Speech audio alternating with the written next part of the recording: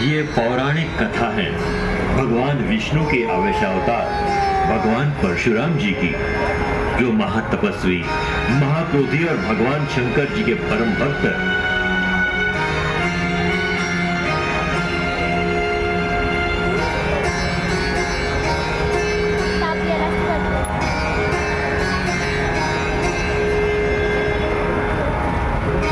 जमदग्नि ऋषि तथा माता रेणुका के 5वें पुत्र थे। एक दिन ऋषि जमदग्नि ने अपनी पत्नी रेणुका से यज्ञ के उपयुक्त जल लाने को कहा। तब माता रेणुका गंगा जल लेने सरोवर पहुंची तो वहां गंधर्व राज चित्ररथ को अप्सराओं के साथ विहार करते देख आसक्त हो गई। इस कारणवश यज्ञ में विलंब हो गया तथा ऋषि जमदग्नि अति क्रोधित हो उठे। उन्होंने अपने तपोबल से अपनी पत्नी के मानसिक आसक्ति को जान लिया और तत्क्षण अपने चारों पुत्रों को उनकी माता का वध करने का आदेश दिया।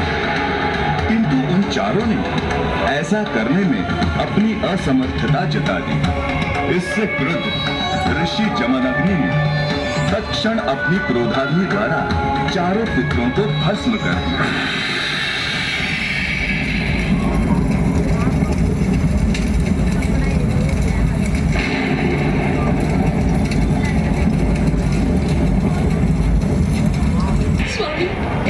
स्वामी, मुझे क्षमा कीजिए स्वामी।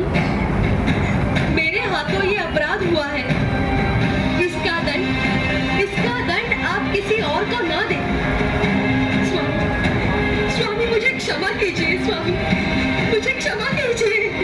जब परशुराम वहां आ पहुंचे तो अपने चारों भाइयों के भस्म हुए शरीर को और अपने माता को आक्रोश करते देख विचलित हो उठे।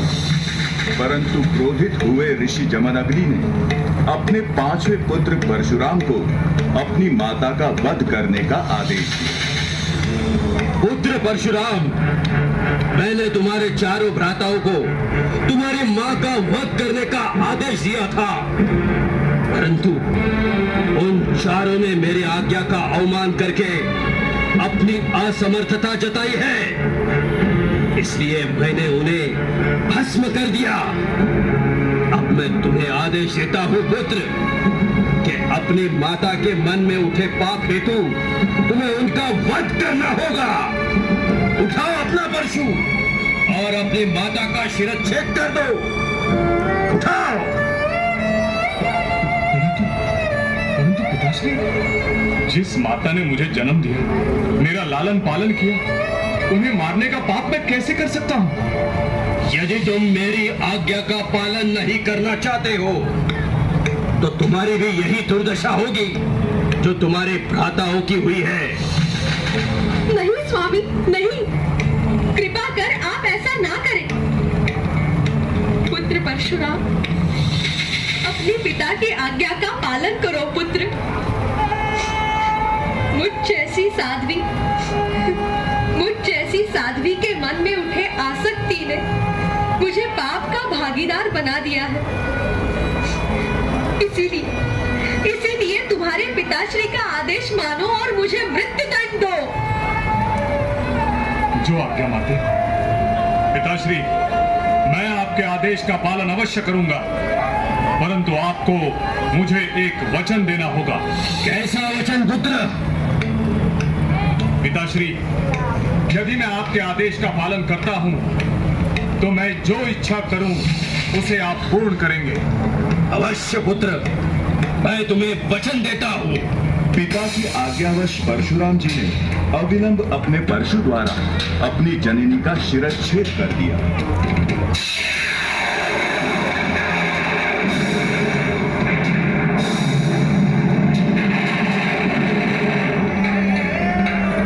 उस समय परशुराम के माता का सर सह्याद्री पर्वत श्रृंखला में बसे माहुर गढ़ पर जा गिरा। अपने पुत्र की इस निष्ठा से प्रसन्न होकर ऋषि जमदग्नि ने उनसे वचन पूर्ति हेतु इच्छा वरदान मांगने को कहा। पुत्र परशुराम, मैं तुमसे अति प्रसन्न हूं। बोलो, तुम्हें क्या वरदान चाहिए? चारों भ्राताओं तथा मेरी माता को आप पुनर्जीवित कर दें।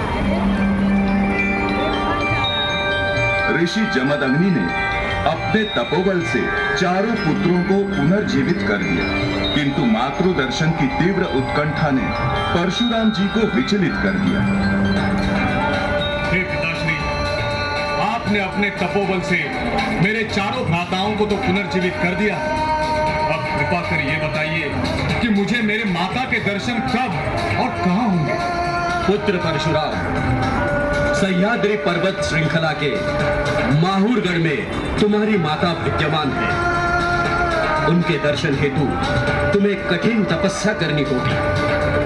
यदि तुम माहुरगढ़ की संपूर्ण परिक्रमा कर लेते हो तो तुम्हें अपनी माता के दर्शन अवश्य होंगे, अवश्य। अपनी माता के दर्शन की लालसा में परशुराम जी सह्याद्री पर्वत श्रृंखला की ओर चल पड़े। दर्शन दीजिए माते, दर्शन दीजिए। आपका ये अभागा पुत्र आपको पुकार रहा है माते, दर्शन दीजिए माते, दर्शन दीजिए।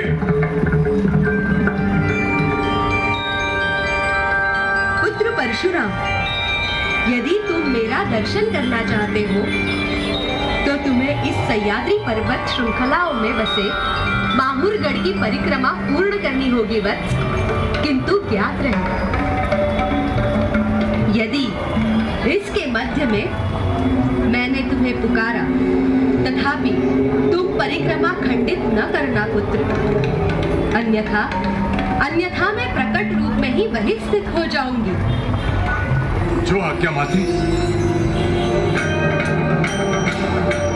अपनी माता के दर्शन को व्याकुल परशुराम जी ने माहुरगढ़ की परिक्रमा करना आरंभ कर दिया। जैसे जैसे वे परिक्रमा करते वैसे वैसे माता रेणुका माहुरगढ़ से प्रकट होने लगी।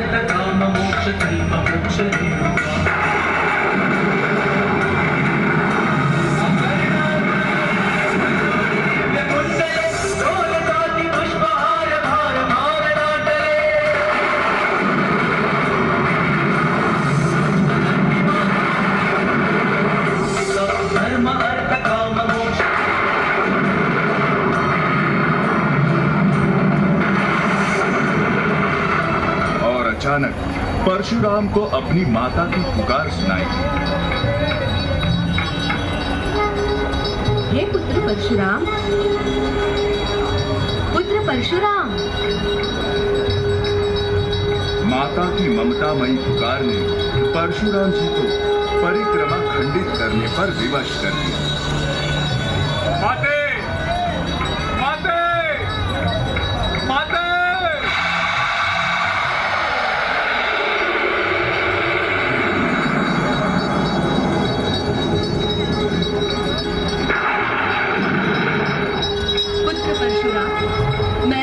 परिक्रमा खंडित न करने का आदेश दिया था ना, तथापि तुमने परिक्रमा खंडित क्यों की? अपितु हमें इसी रूप में यहाँ स्थापित होना पड़ेगा वत्स। मैं अब इसी रूप में इस माहुरगढ़ में विराजमान रहूंगी। मेरे भक्त उनकी कुलस्वामिनी के रूप में मेरी पूजा अर्चना करेंगे। तो चलो हम भी अपनी कुलस्वामिनी एकवीराई के दर्शन करते हैं और उनके आशीर्वाद लेते हैं। जय एकवीराई, जय श्री गणेश।